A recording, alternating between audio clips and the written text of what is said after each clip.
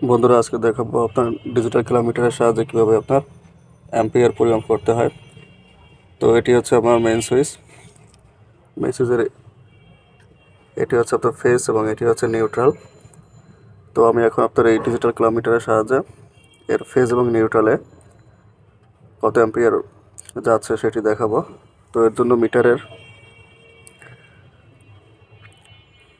20 ampere set করে রাখতে হবে। তারপর আপনার যে কোনো একটি তারে ধরতে হবে।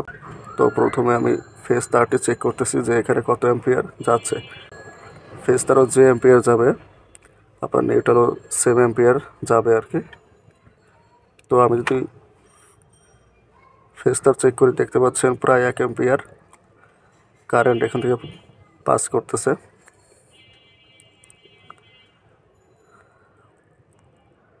তো এরপর যদি আমি নিউট্রাল লাইনটি চেক করি তো দেখতে পাচ্ছেন এখানেও আপনার 1 অ্যাম্পিয়ারের মতো কারেন্ট যাচ্ছে। তো এভাবেই আপনার এসব ডিজিটাল কিলোমিটারের সাহায্যে অ্যাম্পিয়ার পরিমাপ করতে হয়। তো ভিডিওটি ভালো লাগলে অবশ্যই লাইক দেবেন এবং ভিডিওটি বেশি বেশি করে শেয়ার করবেন। ধন্যবাদ।